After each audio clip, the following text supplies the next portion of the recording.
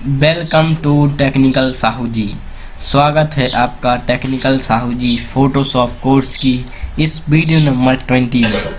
तो पिछली वीडियो में आपने सीखा कि आप किस प्रकार से एक शेप टूल का यूज करते हुए बहुत सारे शेप आप बना सकते हैं।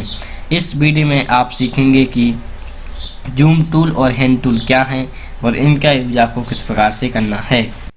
इन टूल का यूज बेसिकली किसी भी फोटो को एडिट करते समय बहुत अधिक किया जाता है। जैसे कि सबसे पहले हमारा यहाँ पर टूल है हैंड टूल। हैंड टूल से क्या होता है कि आप किसी इमेज को, जैसे मान लीजिए मैंने यहाँ पर जूम किया, देखिए मैंने ऑल्ट दबाकर फिलहाल जूम किया है, और उसके बाद आप मान लीजिए कि मैं यहाँ पर कोई सिलेक्शन कर रहा होता और यहाँ पर पहुँचने के बाद अब मुझे यहाँ से आगे जाना होता, तो मैं एक कैसे करता। तो उसके लिए ही ये हैंड टूल दिया गया है।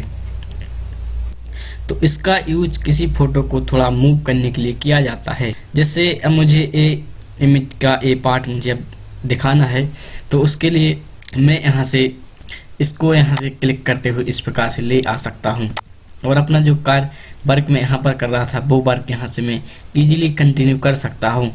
और जैसे मैं यहाँ पर कुछ सिलेक्शन जैसे मैं कर रहा होता और यहाँ पर आ जाता, उसके बाद में फिर इसे पकड़कर यहाँ पर इसको ले आता।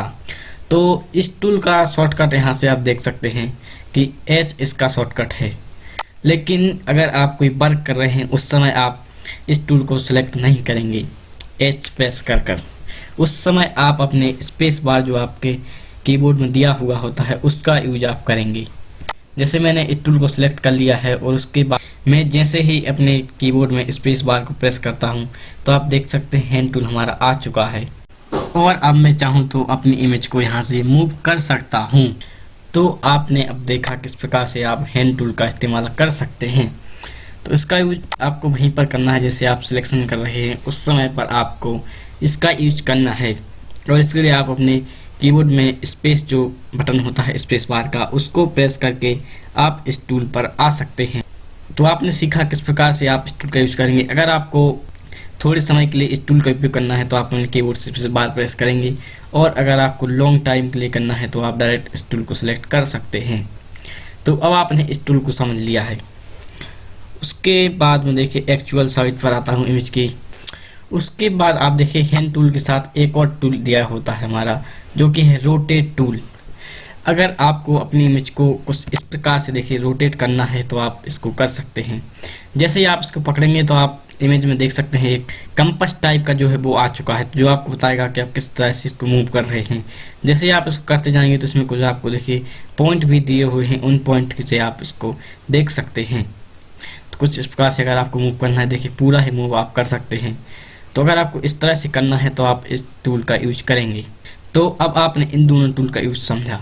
ऊपर आपको यहाँ पर देखिए एंगल दिए हुए हैं कि आपने कितने एंगल्स को मूव किया है। देखिए जैसे मैंने इस प्रकार किया तो आप देख सकते हैं -47 जो एंगल है वो हमारे यहाँ पर आ चुका है। और देखिए मैंने अब इसको इस टाइप, अब मैंने कुछ इसको पकड़कर इस तरफ घुमाया, देखिए 27 जो एंगल है वो हमारा आ चुका है। उसके बाद आप देखिए यहाँ पर एंगल आपका दिया हुआ है। उसके बाद यहाँ पर आप देखिए घड़ी जैसा कुछ आपको आइकॉन दिख रहा होगा।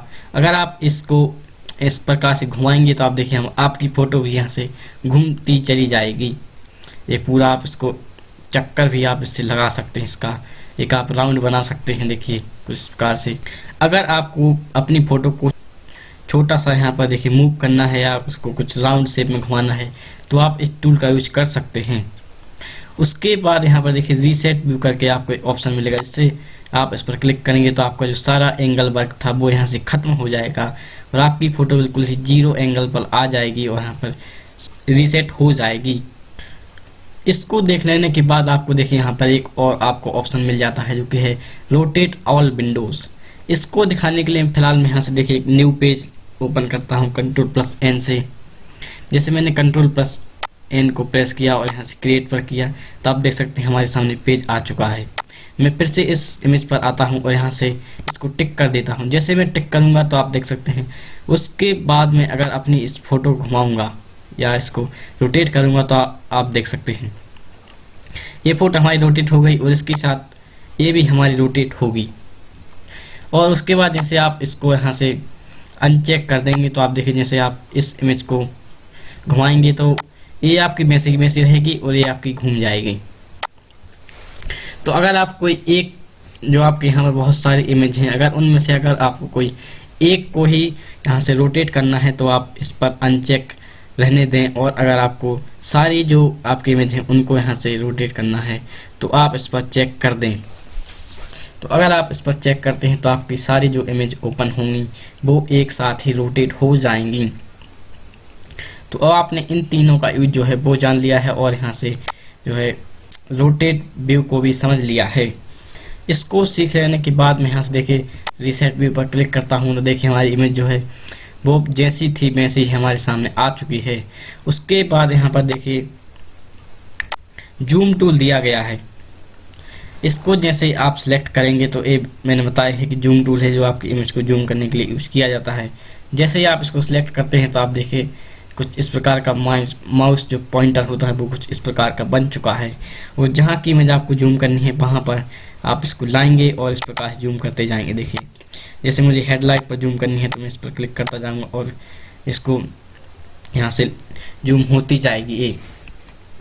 और जैसे अब यहाँ से आपको वापस आना है, यानी कि अधिक जूम हो रही थी, अब आपको कुछ कम जूम करनी है या जूम को घटाना है, जूम लेवल को अगर आपको घटाना है तो आप यहाँ से ऑल्ट बटन दबाएंगे तो देखिए माइनस का आइकॉन बन चुका है और आप इस पर क्लिक करेंगे तो अभी जूम हमारी घटने लगेगी।